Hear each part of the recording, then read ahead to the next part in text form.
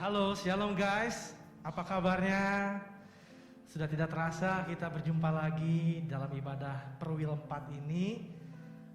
Rindu rasanya, kangen pengen ketemu kalian secara langsung, ibadah langsung sama-sama lagi. Walaupun saat ini kita ibadah online, tapi itu nggak mengurangi rasa sukacita kita, rasa kesatuan kita yang haus akan hadirat Tuhan bersama-sama. Yuk sama-sama saya undang teman-teman, kita tundukkan kepala dan kita berdoa. Terima kasih Tuhan Yesus Kristus atas anugerah-Mu yang sungguh luar biasa pada hari ini ya Bapa. Kalau pada hari ini kami masih diberikan kesehatan dan kekuatan serta kecukupan yang daripada-Mu Tuhan, kami mengucap syukur atas setiap kebaikan-Mu, atas setiap kasih-Mu ya Tuhan. Ya Bapa, kami serahkan jam ibadah kami dari awal, pertengahan hingga akhirnya ke dalam tangan-Mu. Roh Kudus, Engkau yang beracara dan Engkau yang bekerja dalam ibadah ini.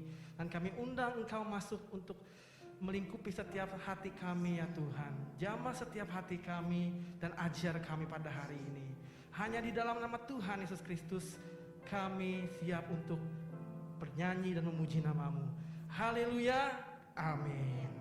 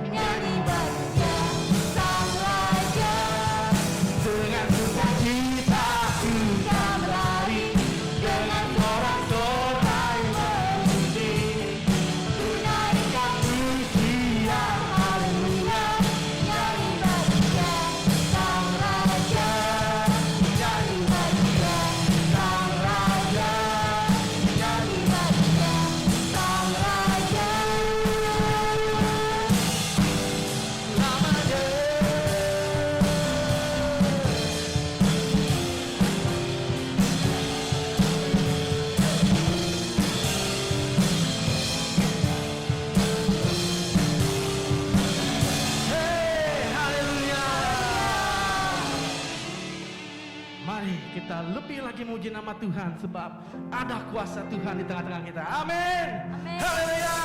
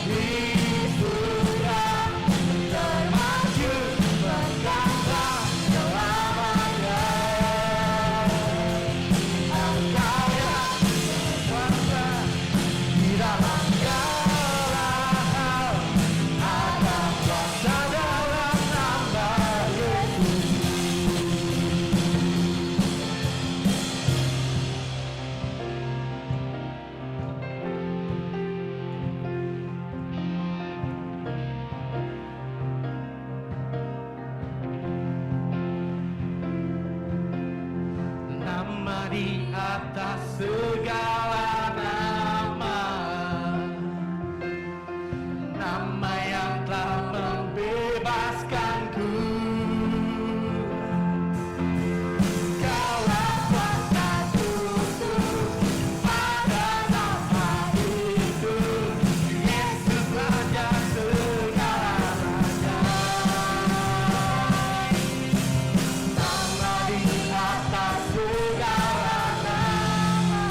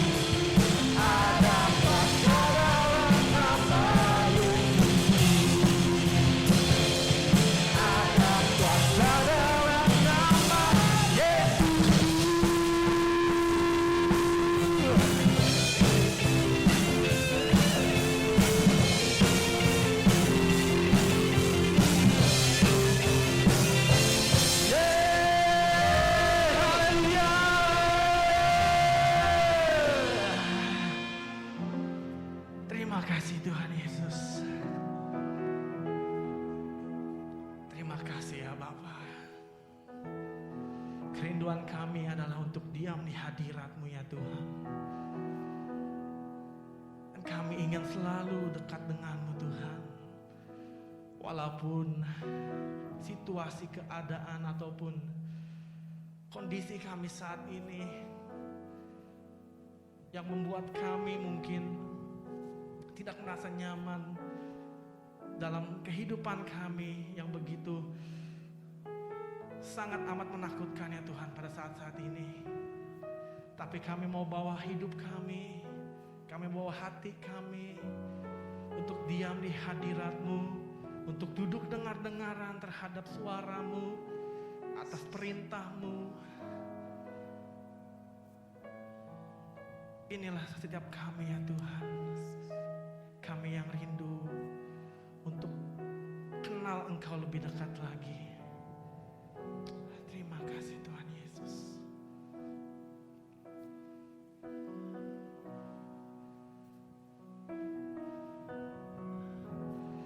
Duhi hatiku,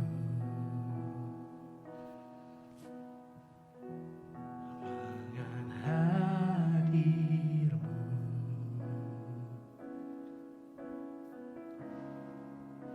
ku rindu memandang wajah-Mu oh Tuhan, di dalam kekudus-Mu, bawa hatiku dalam hati-Mu.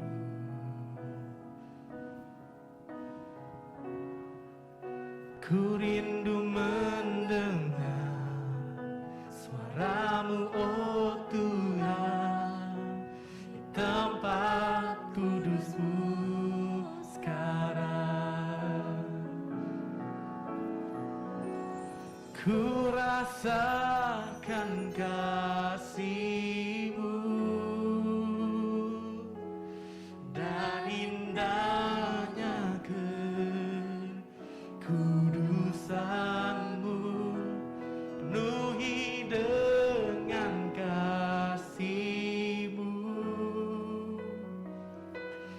diam di hadirat-Mu,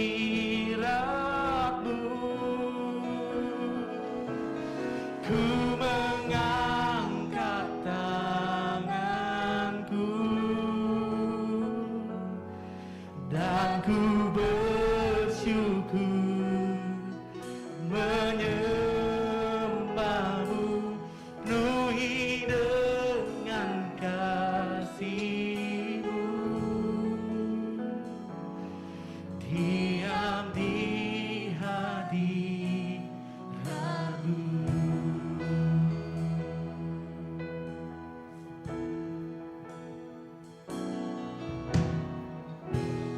Penuhi hatiku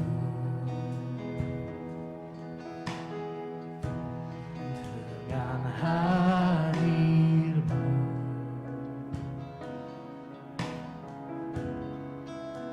ku rindu memandang wajah-Mu oh Tuhan, di dalam kekudusan-Mu, bawaku dekat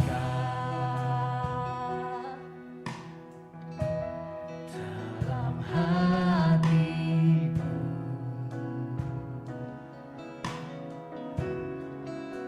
Ku rindu mendengar suara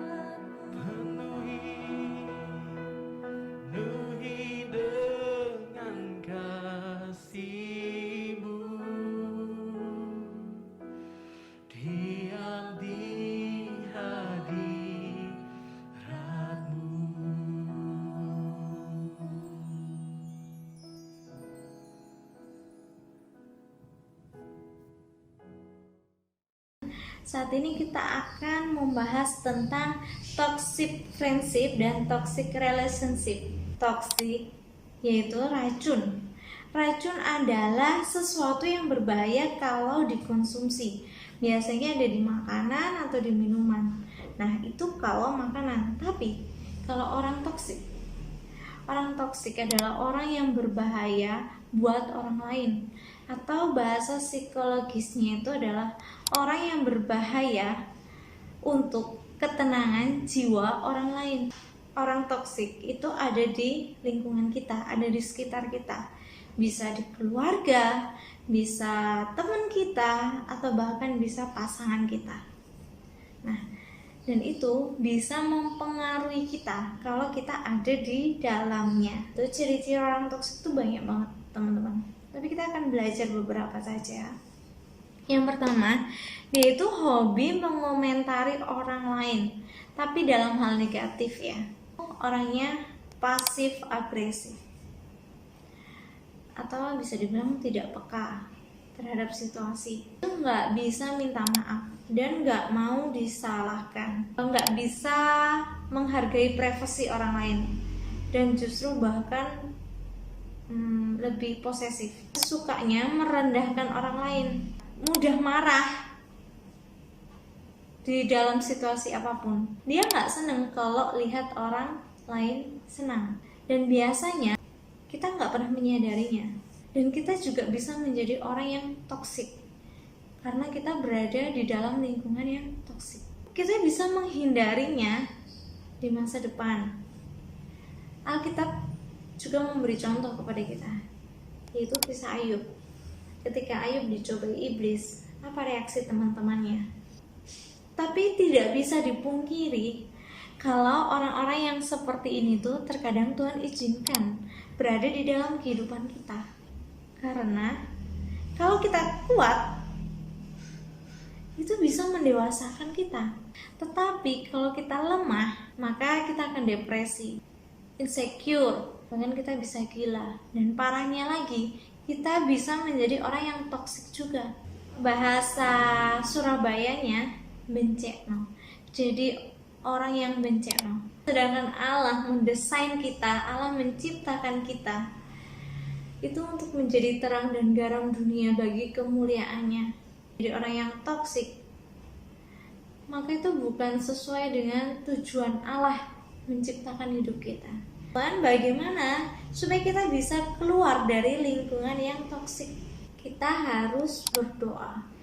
Yang kedua, kita harus cari orang ketiga, orang tua kita atau kakak rohani kita, orang yang kita percaya. 1 Korintus 15 ayat 23. Jangan sesat, pergaulan yang buruk merusak kebiasaan yang baik. Jadi aku percaya bahwa apa yang kita perjuangkan itu tidak akan pernah sia-sia. Kenapa kita harus melengkapi kehidupan kita dengan firman Tuhan, dengan pergaulan yang baik, pergaulan yang sehat. Bukan berarti kita harus menjauhi mereka. Kita bisa menolong mereka, kita bisa membantu mereka untuk mengubah kehidupan mereka. Tapi kalau kita tidak bisa, lebih baik jauhi mereka. Jangan takut untuk memutuskan hubungan ini sebelum semuanya menjadi lebih buruk. Jangan khawatir kalau kalian gak dapat pasangan yang baik. Kalau kalian baik, kalian pasti dapat pasangan yang baik. Kalau kalian baik, kalian pasti dapat pasangan yang baik. Sebab itu teman-teman, lengkapi hidupmu dengan firman Tuhan, karena itu yang akan menguatkan hidup kita menghadapi dunia ini. Saat ini kita akan belajar satu topik yang dengan judul Toxic Family.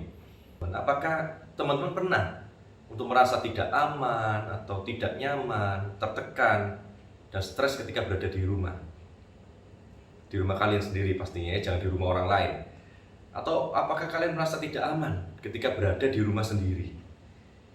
Mungkin sering bertengkar dengan saudara, dengan orang tua, atau dengan siapapun yang ada di rumah.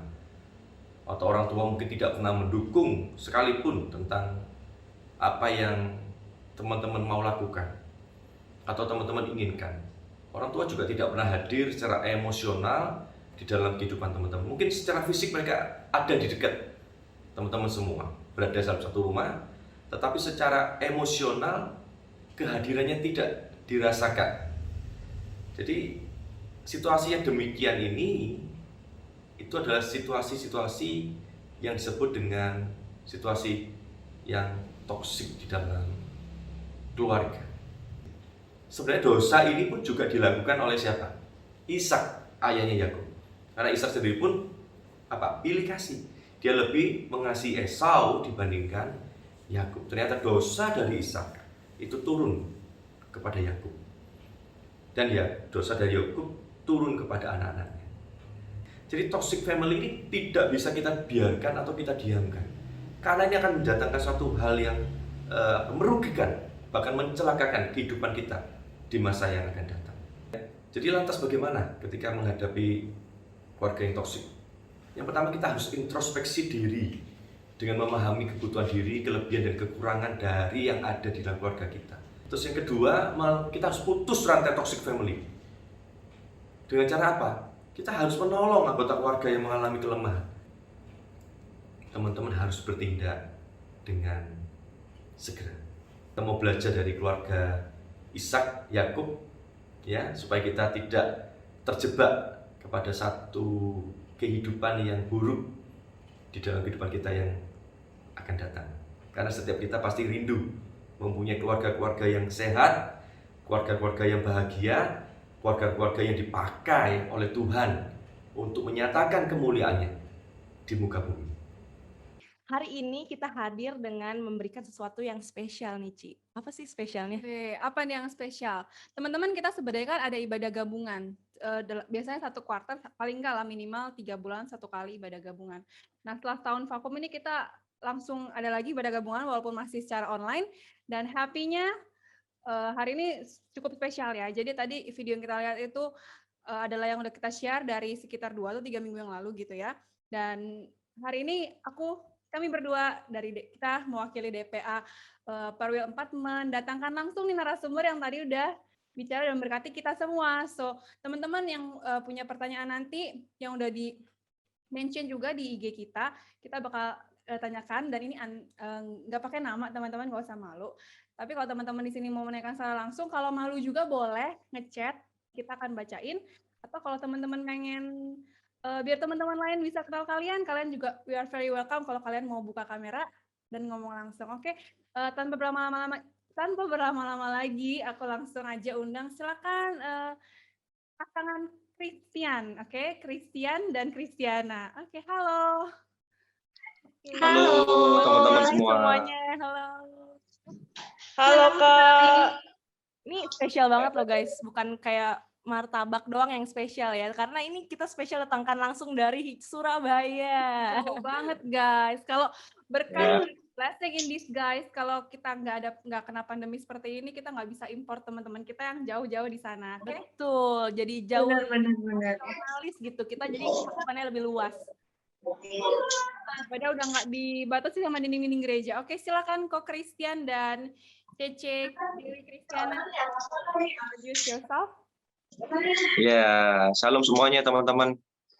Bisa lambaikan tangannya sekali lagi yuk di layar HP atau laptop atau apapun. Shalom semuanya.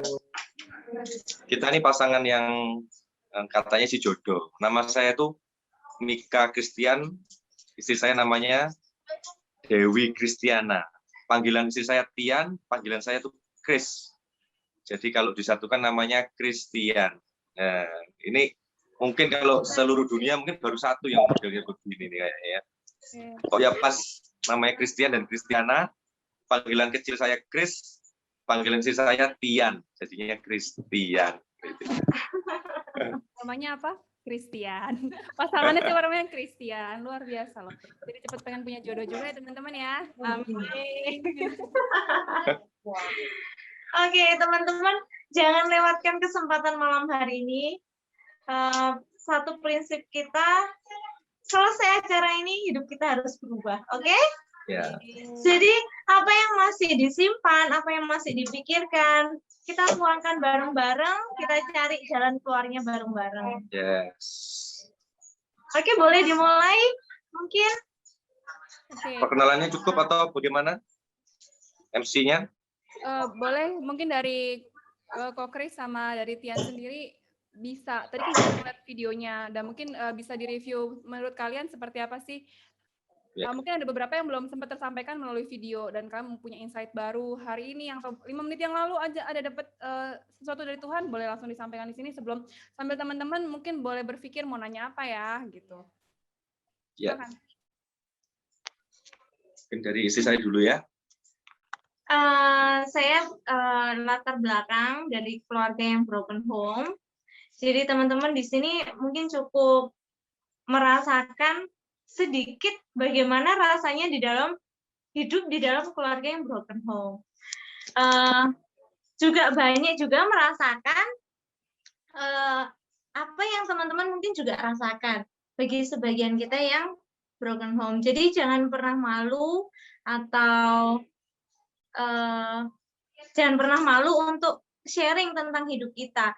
Karena teman-teman, satu hal yang saya percaya, kalau saya ada di posisi ini saat ini, Tuhan izinkan saya lahir di dalam keluarga yang broken home, di dalam keluarga yang sederhana, itu semua Tuhan punya rencana. Dan Tuhan mau hidup saya memuliakan namanya. Begitu juga dengan teman-teman yang ada di sini. Jadi jangan malu atau jangan minder kalau kita memang tidak ada yang sempurna. So, kita mau sharing bareng-bareng supaya kita bisa jadi berkat buat teman-teman yang lain. Yes. Tadi saya sempat terpikir ya mengenai toxic relationship gitu ya, karena saya ini boleh dikata menikah di usia yang cukup dewasa. Gitu ya. Kalau cukup tua itu kesannya gimana gitu ya. Jadi saya dengan istri saya ini selisih usianya kurang lebih 10 tahun 3 bulan. 3 bulan gitu ya. Jadi saya memang dari dulu nggak suka pasangan yang usianya mepet-mepet, kurang suka saya. Jadi tapi kalau ini kejauhan banget memang, di luar rencana. Ternyata ketika saya berpikir kenapa kok saya menikah di usia 34, perasaan ya nggak jelek-jelek amat gitu ya. Betul ya teman-teman ya. Yang mengakui boleh kasih jempol lah ya, biar saya seneng. Bercanda ya. Muka kayaknya nggak jelek-jelek amat, pekerjaan ya punya gitu ya, meskipun belum sekaya Atta Halilintar mungkin ya. Jadi apa intinya kenapa saya menikahnya di usia 34? Ternyata memang kalau saya menikah di usia 25, istri saya masih 15 tahun rupanya. Ternyata Tuhan sedang menyiapkan satu pasangan yang selisihnya 10 tahun. Tetapi saya bersyukur di tengah-tengah pengenalan saya dengan istri pada waktu itu ya. Perkenalan kami cukup lama, kurang lebih 4 tahun. Tapi kami serius dalam menjalin hubungan itu di 2 tahun terakhir. Jadi 2 tahun, karena istri saya merasa mungkin saya terlalu tua untuk dia masih bingung mungkin ya. Waktu itu saya 29 tahun, saya kenal istri saya, dia 19 tahun. Jadi anak 19 tahun, kejar-kejar sama pria usia 29 tahun. Nah, akhirnya dia mungkin berpikir, gimana? Oh, tapi rupanya pria ini sungguh-sungguh. Akhirnya di 2 tahun terakhir kami menjalin hubungan yang serius dan akhirnya menikah. Ya, saya waktu itu mengancam. Nggak tahu ini termasuk toxic relationship enggak ya, tapi saya bilang begini, kamu memang usianya 20, waktu itu 23. Saya ini 33. Kamu kalau nunggu kamu usia 27, berarti saya usia 37. Kalau mau nikah sekarang, come on. Kalau enggak, hentikan sekarang juga, saya bilang begitu ya.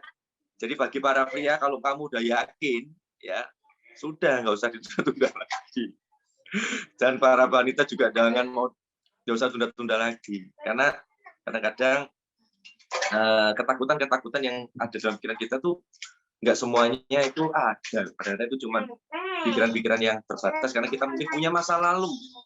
Entah itu dengan orang tua kita, kira kita tuh sepertinya kalau mau menikah dan sebagainya tuh takut dan sebagainya. Gitu ya. Jadi teman-teman cari pasangan ya, nggak usah terburu-buru. Karena jangan-jangan memang pasanganmu masih belum lahir, gitu ya. Jadi bersabarlah. Di waktu yang terbaik, di waktu yang tepat, Tuhan akan mengirimkan pasangan yang sesuai dengan rencana dan maksud kehendaknya. Nah, saya kadang-kadang berpikir begini teman-teman, kenapa orang di dalam hubungan ya, di dalam hubungan pria dan wanita, kok sampai ada istilahnya toksik dan sebagainya. Saya kadang juga bingung gitu ya. Karena pertama saya juga bingung apa sih yang toksik gitu ya. Oh ternyata toksik itu maksudnya kayak gini gitu ya. Lah saya tuh punya pemikiran begini teman-teman. Nggak ada yang namanya anjing ya. Ini saya pakai mungkin contoh yang cukup ekstrim ya. Anjing itu nikah sama monyet, betul ya? Ada enggak? Nggak ada ya. Nggak ada ya, belum pernah tahu ya. Ada anjing kawin sama monyet atau gajah sama harimau, kumbang sama siput, nggak pernah ada. Gitu ya, nggak pernah ada. Pasti anjing sama anjing, kucing sama kucing. Nah, maksudnya apa teman-teman? Kita kalau tahu bahwa diri kita ini di dalam Tuhan, ya, dan kita hidup sungguh-sungguh di dalam Tuhan, pasti kita tuh akan cocok dengan orang yang sama-sama sungguh-sungguh di dalam Tuhan. Karena ya. Jadi jangan-jangan kalau kita itu punya hubungannya toksik, jangan-jangan memang sejak awal kau sendiri pun ini bermasalah. Jangan-jangan. Jadi introspeksi diri itu penting. Kadang-kadang kita tuh seringkali menyalahkan orang lain, menyalahkan lingkungan sekitar kita, menyalahkan ini dan itu. Jangan-jangan diri kita lah yang seperti itu sebenarnya. Cuman mungkin belum muncul. Karena bagi saya tidak percaya, agak aneh bagi saya, ada seorang yang kenal firman Tuhan, itu akan dekat atau berhubungan dengan orang yang tidak kenal firman Tuhan. Bagi saya itu udah aneh, nggak nyambung pasti. Percaya sama saya nggak akan nyambung, kecuali nekat. Jangan-jangan hidup kita nggak punya nilai-nilai firman Tuhan sebenarnya. Cuman kebetulan belum muncul saja. Orang lain sudah muncul lebih dulu dan itu tanpa seolah-olah mengganggu hidup kita. Jangan-jangan sebenarnya kita sama dengan orang itu yang toksik itu sebenarnya. Cuman belum muncul aja potensinya. Saya kira seperti itu. Cici Iren. Barusan kepikir. Oke. Panjang banget ya. Oh, enggak dong. Kita udah keasikan kayaknya mau lanjut aja nih daripada Q&A, tapi enggak. Karena teman-teman semua di sini pasti punya pertanyaan yang spesial. By the way, Kok Kris, emang umur Koko 24, aku sama Tian tuh lagi kejar-kejaran. Kayaknya kita masih sekolah, lagi main karet kayaknya. Iya, makanya. Kita masih sekolah, masih umur 15, masih apa? Masih SMA ya? SMP. Betul, makanya. SMP. Aku sudah SMA, jauh ya kita ya. Oke, ini Cici Iren, ini Cici Faren, oke? Iya, kita kenalan dulu, belum kenal. Oh iya, Ini salam mungkin biar bisa kenal. Pak. Iya, aku Feren. Yes. Halo Feren. Oke, kita punya beberapa pertanyaan menarik nih yang kita udah kumpulkan dari Instagram. Mungkin boleh dimulai salah satu. Dan teman-teman di sini juga boleh aktif banget menanyakan pertanyaan kalian ya. Iya, betul. Yang tadi dibilang gimana caranya supaya kita tetap clean? Ya kita mesti berdoa, kita mesti deket sama Tuhan. Itu sih kuncinya yang pertama. Terkadang ada beberapa keluarga yang kayak menghalangi atau tidak mengizinkan kita untuk mengenal Tuhan atau untuk beribadah. Nah itu tempat di mana kita mesti berjuang.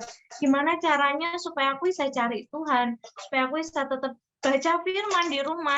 Karena aku nggak bisa banyak ngomong, tapi kalian bisa buktikan dengan kalian rajin baca firman, hidup kalian pasti berubah. Kalian bisa punya kasih yang lebih, pengampunan yang lebih untuk orang-orang yang bencana tadi. Mungkin kalian nggak, gimana caranya Kak? Kalian bisa buktikan, baca firman tiap hari. Gitu aja sih. Sebelumnya bencekno itu apa ya? Bencekno itu apa, Cetian? Oke. Jadi bahasa Jerman. bencekno itu bahasa Jerman. Orang yang menjengkelkan hidup kita. Contohnya nih, kayak suka ngomong negatif. Ketika kita lagi kumpul, mereka suka miso-miso. Kalau miso-miso tahu ya? Ngomong kotor. Iya, ngomong kotor. Mengumpat. Hal-hal yang bikin hidup kita negatif sih, lebih ke negatif. Terus kayak kita mau minta tolong, suka marah-marah. Kayak gitu, kayak nggak enak aja ya sama mereka. Mending aku hidup sendiri daripada hidup sama mereka. Tapi kalau kita sama seperti orang itu, kita tidak akan merasa kalau itu tuh hal yang membenci, hal yang menjengkelkan. Karena sama aja. Aku juga suka marah-marah, kamu suka marah-marah, aku juga suka marah-marah. Kayak gitu. Tapi ketika kita ngadepin mereka dan kita merasa, kamu kok menjengkelkan ya? Itu kita baru bisa menyadari Kalau ternyata sikap marah-marah, suka miso-miso, suka ngomong kotor, suka hal yang negatif, itu tuh nggak bener. Kayak gitu. Tapi ada satu hal yang firman Tuhan juga pernah mengatakan teman-teman ya. Jadi orang miskin itu selalu ada padamu. Ya, saya mau menangkap satu pemikiran ayat ini tuh tidak hanya berbicara tentang miskin secara materi, tetapi juga miskin secara karakter, miskin secara sikap, miskin secara perilaku yang buruk dan sebagainya. Orang miskin orang miskin selalu ada padamu. Tuhan Yesus bilang begitu. Jadi orang miskin memang akan selalu ada dalam hidup kita. Jadi kita ini mau lari kemanapun, orang-orang toksik ini selalu ada. Dan pertanyaan tadi bagus, gimana caranya supaya bisa clean? Ini sebenarnya resep-resep yang sangat kuno ya. Resep-resep yang kuno, itu semua pendeta pasti akan ngomong hal yang sama, teman-teman. Yesus sendiri pun ketika lahir ke dunia, dia satu-satunya orang yang paling benar. Bayangin. Kita ini orang berdosa. Ya, itu masih bisa ngomong orang lain tuh begini begitu, betul ya? Orang ini kok. Apalagi Yesus yang sempurna, yang kudus, yang berkenan, yang luar biasa. Itu saya bisa merasakan kegelisahan hatinya. Dia mungkin merauh setiap waktu kepada Bapa di surga.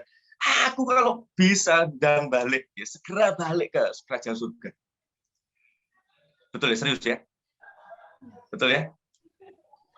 Dan itu Oleh karena itu, kita distracted jadi, kalau ada bahasa Jawa Seliman-Seliman nggak ada subtitle di bawah ini ya. Oh ya, sorry. Kepingin cepet-cepet kepingin cepet-cepet balik ke kerajaan surga. Mungkin Yesus punya pemikiran begitu. Tetapi ada satu hal yang kita mau belajar dari Yesus, yaitu tentang dekat dengan firman dan berdoa, teman-teman. Dekat dengan firman dan berdoa. Jadi dua hal ini tuh dua hal yang resep kuno, yang tapi manjur.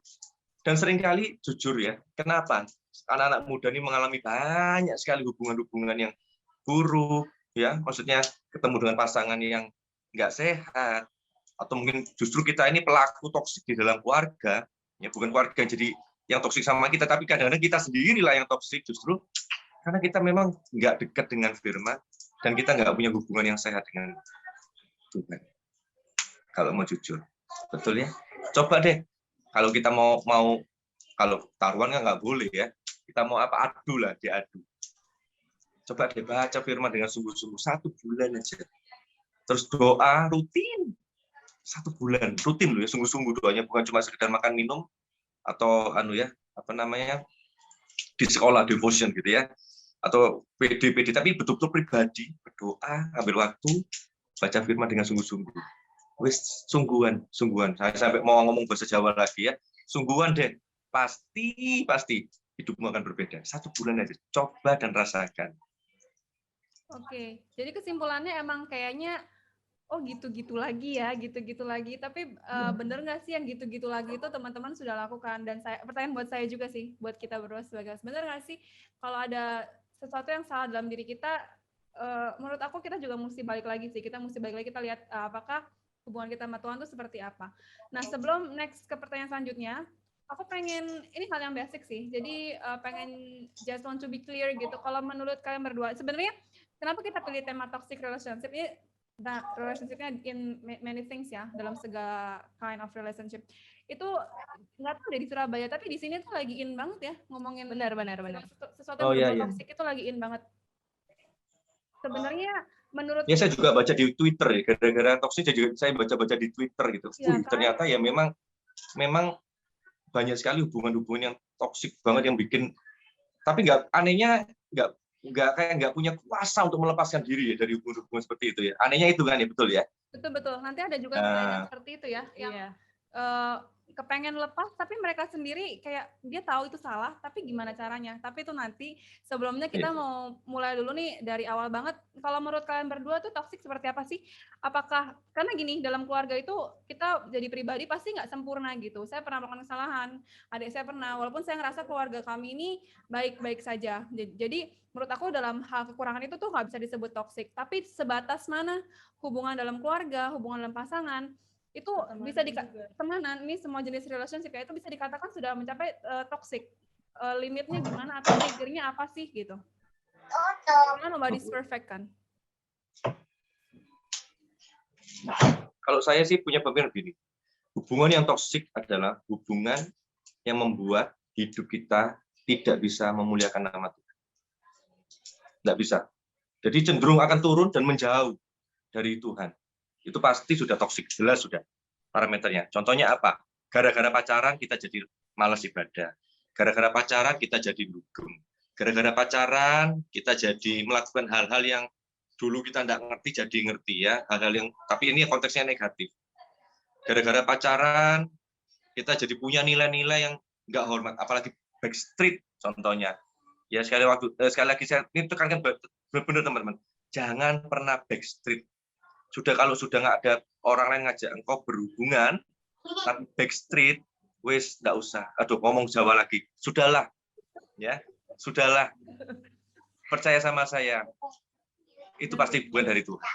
Percaya sama saya. Iya, Allah kita terang, ya Allah kita terang, pasti akan menuntun kita kepada hubungan yang terang. Oke ya. Benar. Kadang ada tuh yang kayak, kamu mau ke gereja atau mau pilih aku gitu kan? Ya, sudah lagi ya. Sudahlah, hentikan sudah. Dan kadang-kadang begini, kenapa sih yang membuat kita tuh nggak bisa lepas terhadap hal seperti itu? Sebenarnya cuma satu penyakitnya, kita nggak percaya sama Tuhan. Dan itu hal yang Tuhan paling nggak suka. Tuhan tuh nggak suka. Tuhan tuh bukannya marah kepada Adam dan Hawa, itu karena makan buah pengetahuan yang baik dan jahat. Tapi Tuhan marah karena Adam dan Hawa nggak percaya sama Dia. Itu dosa yang bagi Tuhan tuh paling menyakitkan. Karena Tuhan tuh baik, Tuhan tuh sempurna, Tuhan tuh luar biasa. Tapi gara-gara satu pria atau satu wanita, itu kita nggak percaya sama Dia, itu menyakitkan loh teman-teman. Ya, contoh saya dan istri saya mengasihi Iren dalam sama Feren tadi ya, sangat mengasihi kalian. Kita sudah punya rencana yang baik, cuman mungkin kita tidak menggunakan cara-cara yang cocok sama Iren sama Feren, nggak cocok. Kita nuntut kalian harus belajar sungguh-sungguh, tapi aku juga suka belajar, contoh begitu ya. Padahal, nanti 5 tahun lagi ini sudah 10 pabrik udah kita siapin untuk kalian ini, kira-kira begitu nih. Tapi kalian justru malah milih bermain kelereng, ya engklek, ya main hal yang nggak berguna, kira-kira begitu ya. Di usia kalian ini kan itu kan kekonyolan. Dan seringkali kita justru menggadaikan hal itu untuk hal yang jauh lebih baik. Karena apa? Karena kita nggak percaya sama Tuhan. Oke, Kita nggak percaya sama janji. batasnya itu benar-benar menurut aku basic banget ya.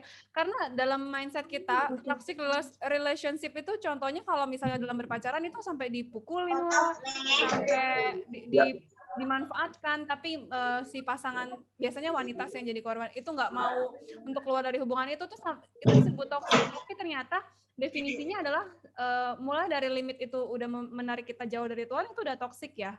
Seperti itu. Jadi nggak usah ada kekerasan fisik dulu baru dibilang toksik, atau nggak harus ada apa ya, kadang jadi yang lagi trending di YouTube ini toksiknya tuh benar-benar yang disebut toksik itu parah banget, kayak misalnya udah fisik, biasanya main fisik, atau cowok sama cewek pacaran tapi sudah seperti suami istri dan cowoknya nggak kerja, let's say kayak gitu, cuman bisa minta-minta dan malah mukul, melawan kekerasan kayak gitu. Atau yang mungkin sekarang lebih parah lagi yang kayak udah disebutin juga sama komika ya di YouTube-nya waktu itu di minggu lalu, itu yang namanya manipulasi, manipulasi perasaan kita. Jadi seolah-olah itu sebenarnya toksik, tapi kita merasanya oh enggak, itu karena dia sayang sama gue gitu. Itu tuh sebenarnya nggak toksik, itu tuh demi gue. Padahal itu sebenarnya toksik ya, misalnya kayak ngelarang-larang ke gereja, ngelarang-larang pergi persekutuan sama teman-teman, itu juga udah termasuk toksik ya teman-teman. Jadi bukan demi kalian, itu demi keinginannya pasangan kalian aja gitu.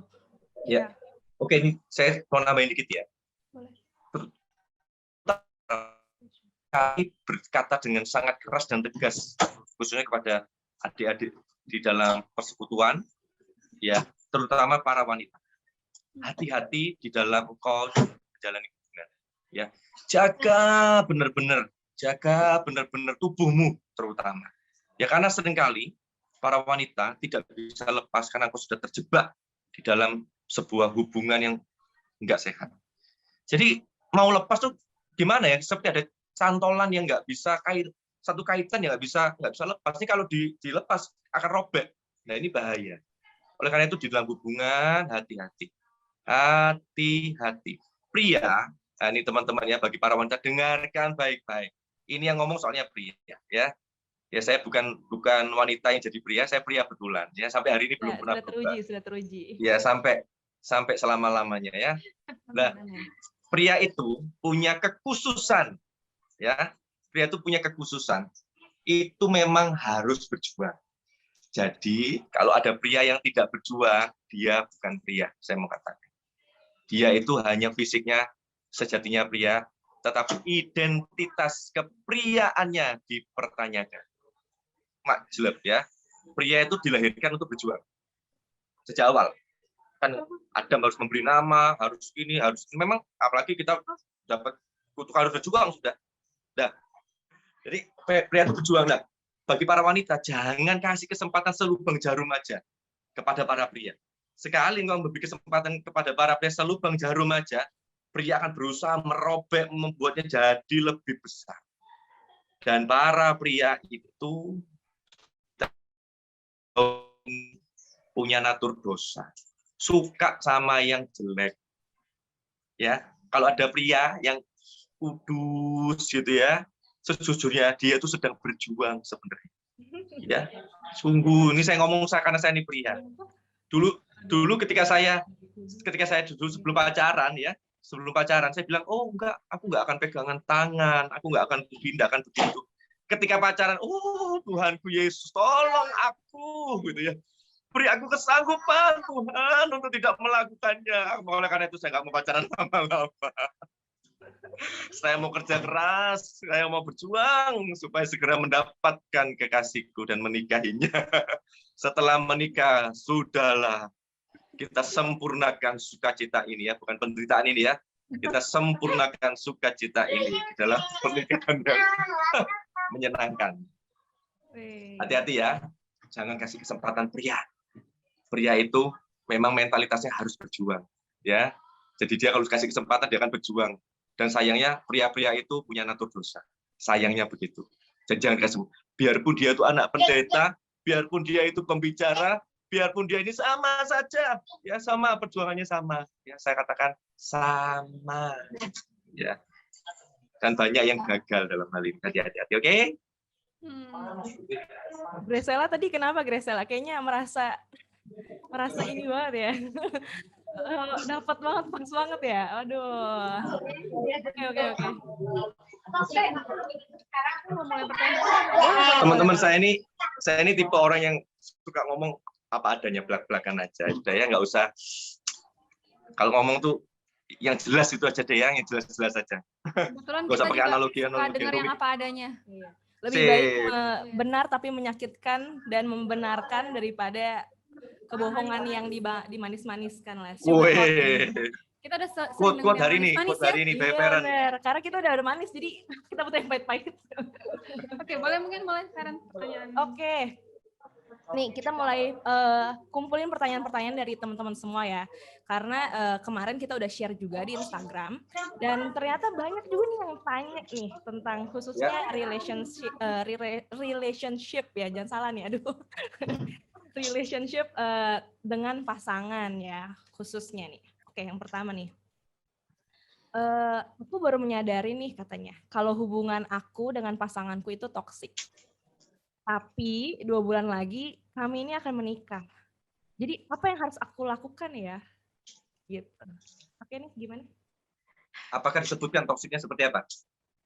Enggak sih, tapi mungkin dia udah menangkap poin-poin yang udah di share di YouTube mungkin ya. Oke, jangan sampai begini ya. Kita nggak suka ke gereja, terus ada pasangan kita suka ke gereja, bagi kita dia toksik justru. Jangan sampai loh ya. Kebalik gitu. Kita yang nggak bener nih justru ya. Iya benar-benar. Kenapa dia kok toksik ya sama aku, ngajakin aku ke gereja terus gitu ya. Ini kacau ya, enggak ya? Nah, itu Kebalikannya yang ya. bencekno ya. Itu yang bencekno. Bencekno, coba. Bencekno. Nah, ya. Terus ini. Feren udah mulai Jawa Timur, Aku ajarin Feren, supaya lebih Jawa lagi kita. Oke ya. Jadi sorry pertanyaannya tadi apa sampai lupa. Mau nikah 2 bulan lagi. Ya, Apa yang harus kita lakukan? Baru sadar. Iya. Ini mau jawaban yang yang menyenangkan atau jawaban yang seharusnya? Nah, boleh ayo buka open mic semuanya guys. Maunya yang mana? Maunya yang menyakitkan atau yang mau yang manis-manis nih? Oke. Yang apa adanya. Di sini ada orangnya yang tanya. Yang tanya di sini ada orangnya. Ada orangnya nggak guys? Nggak ada yang mau ngaku pasti. Nggak ada yang ngaku. Ada ngaku ya. Kita juga nggak tahu siapa. Kalau saya sih bilang begini teman-teman. Pacaran itu sejatinya yang tampak harusnya yang manis-manis ya. Ketika menikah itu sudah nggak ada yang disembunyikan. Ya, kalau ketika pacaran itu sudah mukul, main fisik, perkataannya menjatuhkan, melemahkan, tidak mendukung, ketika menikah akan berkali-kali lipat lebih parah. Jangan pernah mengampuni hal-hal yang tidak sesuai dengan firman Tuhan. Biarkan itu bagiannya Tuhan. Ya, karena kita bukan Tuhan. Tugas kita itu melakukan firman Tuhan. Ya, kita mengampuni dosanya ya. Tapi kita tidak boleh bergaul karib sama orang-orang bebal, seperti dikatakan. Orang-orang yang orang-orang fasik. Bebal itu jelas Tuhan sudah bilang, bergaul pun nggak boleh, apalagi sampai menikah. Kalau saya lebih baik kok kehilangan puluhan juta atau ratusan juta untuk DP gedung, DP mobil, DP tempat wisata, apapun yang sudah kau DP daripada kau menikah dengan orang-orang seperti itu. Ini bukan pertanyaan saya sih, saya memastikan, tapi saya ketampar sih sebenarnya. Jujur serius, bukan pertanyaan saya, serius deh. Semoga orangnya ada di sini ya. Jadi jawabannya tuh tadi singkat tapi sakit sih. Apa intinya disudahi gitu kan ya? Atau enggak kenali dulu tingkat toksiknya Oke, seperti seberapa. apa? Lalu konselingkan di gereja lokal.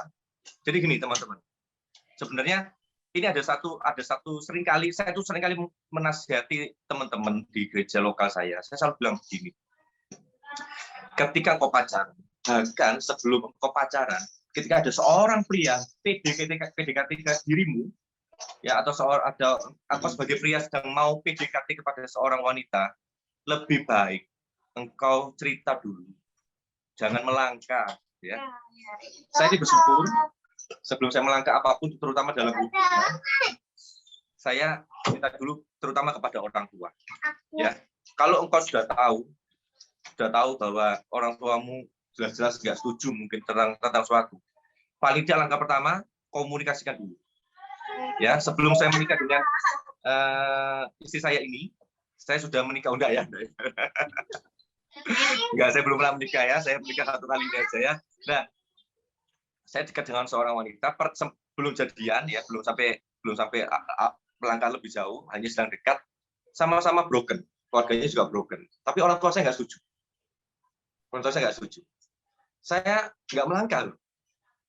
Terus saya cerita sama orang tua saya tentang latar belakang dari istri saya. Loh, saya ini dekat dengan seorang wanita lagi, keluarganya broken. Terus saya ceritakan menurut papi gimana? Saya ceritakan begini, nggak tahu kenapa orang tua saya tuh srek gitu loh. Orang tua tuh srek. Nah, karena orang tua saya memberikan saya lampu hijau, saya melangkah. Karena orang tua saya sejak dulu pernah ngomong, kalau bisa jangan menikah dengan orang yang punya latar belakang keluarganya broken. Ya, kalau bisa. Gitu ya, tidak selalu keluarga broken punya anak-anak yang buruk, tidak selalu. Istri saya enggak, ya, tapi bukan berarti istri saya enggak punya keburukan, ya, manusia masih menapak ke bumi, belum terbang, gitu ya, belum terbang. Jadi tidak selalu anak-anak dari keluarga broken itu buruk, tidak selalu. Jadi kita tidak boleh menjudge seperti itu. Tapi kalau bisa, memang dicari keluarga yang baik-baik. Ya, enggak enak ternyata ya. Ngelamar ke sana, ngelamar ke situ repot banget ya, habis-habisin biaya ya. Tapi enggak itu hanya bercanda aja. Tapi teman-teman harus terbuka kepada pemimpin, pada orang tua. Itu akan menolong perjalanan hubunganmu selamat di dunia, selamat di akhirat. Kira-kira gitu ya. Iya benar-benar. Jangan sampai selamat di dunia nggak selamat di kerajaan surga, nggak masuk kerajaan surga maksudnya, ataupun masuk kerajaan surga tapi di dunia mengalami penderitaan karena bertemu dengan pasangan yang nggak sehat. Oke. Betul. Jadi ya. Jadi intinya itu harus surround ourselves, mengelilingi diri kita sama orang-orang yang sevisi atau orang-orang yang punya nilai yang sama. Jadi kita bisa konsultasikan waktu kita dekat sama calon pasangan kita, mungkin kita bisa konsultasikan dulu nih sebelum buru-buru. Jangan terburu-buru karena udah usia atau karena udah cinta banget, misalnya kayak gitu, udah suka banget, jadi terburu-buru. Tapi itu jadi penasaran bedanya ceritanya Ko Christian yang sebelumnya sama yang sekarang itu apa kalau sama-sama berubah. Wah, keren Wah, banget gitu panjang ya. ini. Ini bisa panjang ini. ya, luar biasa loh. Bisa Mungkin panjang. karena orang tua itu bisa dibilang wakilnya Tuhan ya di dunia ini. Jadi mungkin ya feeling orang tua juga pengaruh. Betul. mungkin ya. Betul sekali teman-teman, betul sekali. Misalnya kalau seandainya kita punya orang tua yang toksik, ya, punya orang tua mungkin menurut kita itu begini begitu. Selama kita hidup di dunia, perintah Tuhan satu, hormatilah ayahmu dan ibumu, supaya engkau berbahagia. Itu sudah kata-kata mutiaranya Tuhan, quote-nya Tuhan yang harus kita ingat baik-baik. Orang tua kita mau modelnya begini, mau tetap harus hormat. Ya, sikap cara menghormatinya nggak usah kita ngasih uang puluhan juta tiap bulan sama orang tua kita. Cukup belajar mendengarkan perkataannya. Kalau seandainya perkataannya itu jelas-jelas tidak sesuai dengan kebenaran firman Tuhan. Contoh, kita tahu bahwa pasangan kita ini bukan pasangan di dalam Tuhan, tapi orang tua kita ini mungkin toksik ya, tipe orang tua yang gila harta. Nah, ya kayak sinetron-sinetron tuh ya. Justru nggak apa-apa lah. Nanti kan bisa kenal sama Tuhan, gini dan gitu. Tapi kalau tidak sesuai dengan firman Tuhan, juga kita jangan melangkah, karena kebenaran firman Tuhan jauh lebih tinggi dibandingkan kebenaran orang tua kita. Gitu ya. Oleh karena itu teman-teman harus kenal dengan firman Tuhan, supaya kita juga bisa mudah mengenal cara Tuhan memakai orang tua kita dalam menuntun kita, menolong. Oke, luar biasa banget teman-teman. Sampai di sini aku harap supaya teman-teman ngerti. Udah mulai banyak yang nutup kameranya lagi, boleh nggak biar makin semangat? Kita buka lagi kameranya. Aku mempersilakan siapapun teman-teman di sini buat nanya secara langsung. Please banget, jangan malu-malu, jangan disimpan. Ada? Ayo kira-kira gimana caranya menghadapi orang tua yang seperti tadi? Justru kebalikannya malah. Justru malah menyarankan anaknya untuk melakukan hal-hal yang kamu tuh kok jadi anak kok kudus banget toh. Justru kebalikannya ya. Waduh. Kok di rumah aja, ke gereja aja, atau kudus banget. Ayo, gimana cara menghadapinya? Iya. Teman-teman, ada yang mau nanggepin? Boleh loh. Benar. Biasanya itu orang tua yang mungkin belum kenal Tuhan, jadi anaknya Bisa duluan jadi. yang ke gereja, bisa aja loh Iya. teman-teman. Banyak kan ya? Kira-kira mungkin ada ya? Ada. Nah, cara menghadapinya gimana? Tetap nomor satu. Kalau ini mau saya jawab langsung apa ada yang mau jawab? Boleh loh teman-teman. Aku pengen teman-teman mulai aktif. Ada yang mau jawab mungkin? Atau enggak ditunjuk? Masa ditunjuk sih nggak asik banget loh anak muda tuh ditunjuk. Atau mungkin ada yang udah pernah pengalaman nih orang membawa orang tuanya untuk mengenal Tuhan gitu. Yang tadinya yang ngelarang ke gereja sekarang malah lebih rajin daripada kita ke gerejanya. Ada di sini? Oke, ini aku tutup aja kalau bisa random. Aku mau dengar suara Deborah deh. Hai Deborah. Deborah Deborah boleh loh kalau punya pertanyaan atau mau nanggepin dari tadi yang udah disampaikan Kotian. Chris. Kalau aku mau nanggepin aja, jadi ada anak youthku yang dia dalam satu keluarga itu hanya dia seorang diri yang mengenal Tuhan. Jadi karena dia terlalu aktif dalam pelayanan, sehingga orang tuanya tuh ngarang dia sampai nggak boleh ke gereja. Terus dia nanya apa yang harus dia perbuat gitu kan. Terus aku cuma bilang, kalau kita nggak ngebantu orang tua kan berarti kita jadi anak yang nggak turut sama orang tua juga kan. Ya. Jadi aku bilang Hormat ya. Benar. Sedangkan melayani Tuhan juga ibaratnya salah satu kerinduan dia gitu. Kalau aku sih kasih saran dia untuk menanggapi orang tua yang seperti itu, ya ikutin dulu aja mau orang tua kalau memang tidak boleh untuk ke gereja.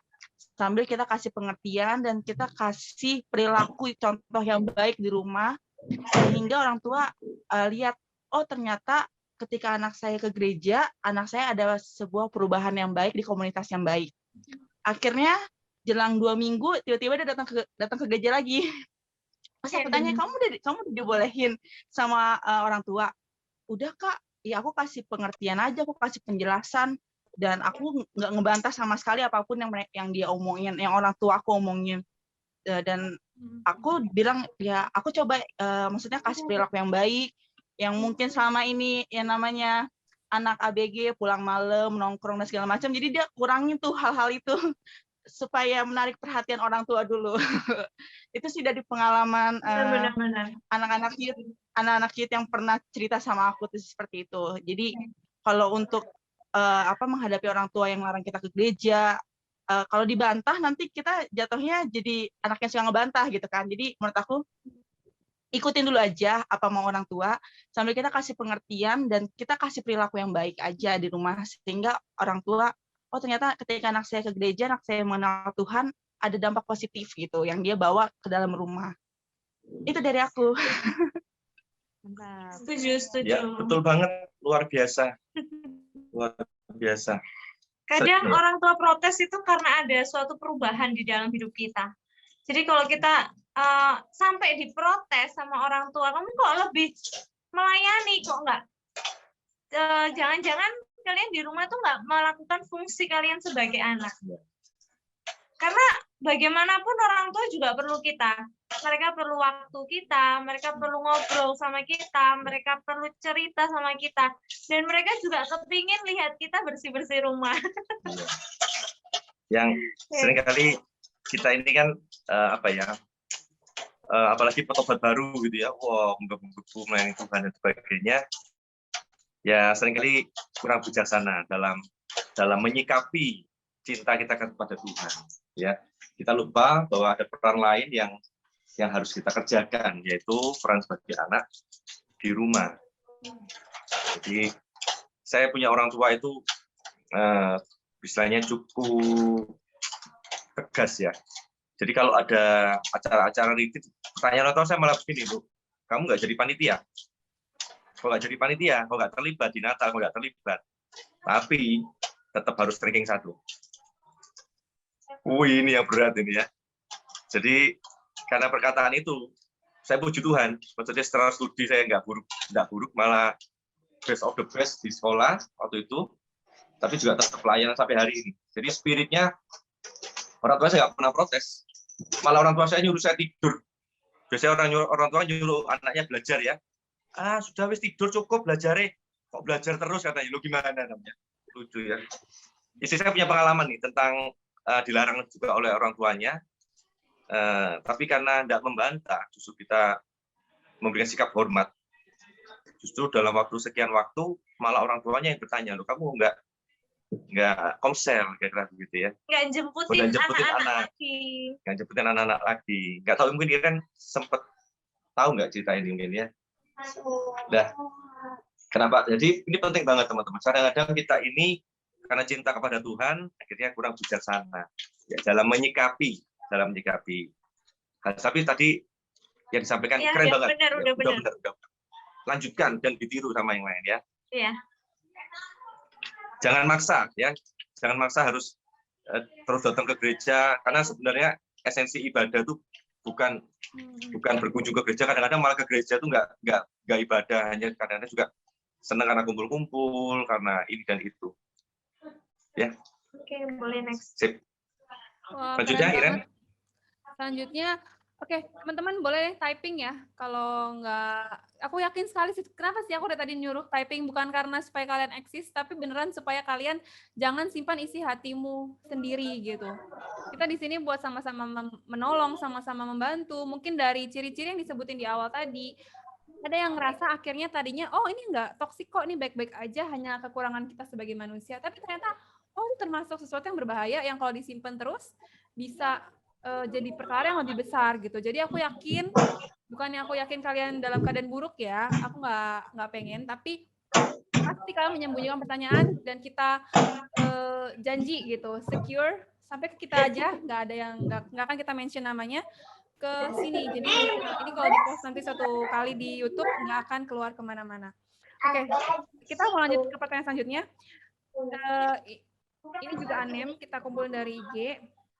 Kalau kita udah nggak kuat banget nih, dan nggak tahu harus ngapain ngadepin orang toksik, kita tuh harus apa? Gitu. Simpel ya, tapi jawabannya kayak panjang. Udah nggak kuat banget. Yang pasti jangan minggat. Ya. Karena biaya di luar rumah itu besar ya. Jadi jangan konyol ya, jangan konyol. Kalau mau minggat, dihitung dulu duitnya sudah cukup enggak gitu ya, pastikan ya. Enggak. Yang pasti jangan minggat. Yang kedua,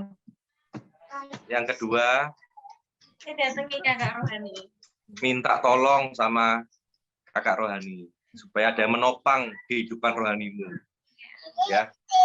Ada yang konseling orang tua juga kalau ada, cuman begini teman-teman, kadang-kadang ya, hal seperti ini sangat sulit ya kalau kita generalisasi. Oleh karena itu perlu konseling, karena kita harus memetakan kenapa orang tuanya kok sampai toksik. Karena kadang-kadang dia sendiri pun sedang punya problem dengan masa lalunya. Seperti kisah tadi saya sampaikan Ishak Yakub. Teman-teman nggak tahu, pernah menyadari nggak kenapa kok Yakub itu pilih kasih? Ya, kenapa kok pilih kasih? Ternyata dia sendiri pun dulu korban pilih kasih. Kan Yakub ini kan sebenarnya belum merdeka dengan masa lalunya. Dia belum nggak menyadari. Sehingga mungkin bagi anaknya yang ke 10 ya, 10 anaknya, si Yakub ini toksik banget, menjengkelkan loh. 10 yang lain tuh disuruh ke pelihara kambing dan domba dan ternak-ternak lainnya, sedangkan Yusuf ada di rumah loh. Pakai baju mewah, jubah yang mewah, enak-enakan. Terus tiba-tiba lagi pulang-pulang capek kerja, Yusuf cerita, ada padi, gini gitu, terus cerita, panas lah. Ini aku nggak tahan dengan keadaan ini. Terus dia menganiaya Yusuf. Ini jangan ditiru teman-teman ya. Caranya bagaimana kalau menghadapi ini? Ya, pelajari masa lalu orang tuamu. Pelajari. Maksudnya saya pernah katakan, kita harus mengerti kelebihan dan kelemahan orang tua kita. Oh, ternyata dia dulu tuh korban aniaya orang tuanya. Kita kan nggak mengerti mungkin ya. Karena mungkin kakek kita sudah meninggal sebelum kita lahir, jadi nggak pernah kenal. Ternyata, orang tua kita itu korban aniaya.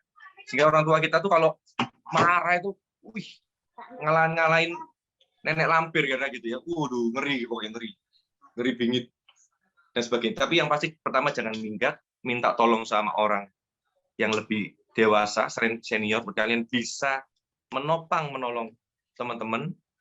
Terus yang ketiga, pelajari masa lalu orang tuamu.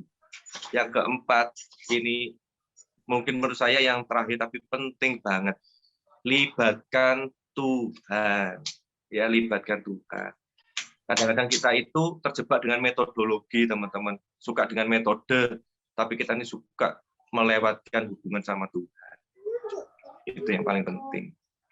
Ya. Jangan minggat. Ya, jangan minggat ya. Bener banget.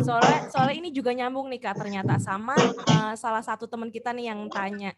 Dia bilang kayak dia tuh selalu dibentak katanya sama papanya, padahal dia tuh nggak pernah melakukan suatu kesalahan apapun, dan mamahnya juga cuma diem aja. Dan dia bilang rasanya pengen kabur dari rumah, tapi aku masih kelas 2 SMP dan bingung harus gimana. Bener ya teman-teman, jangan kabur, jangan minggat.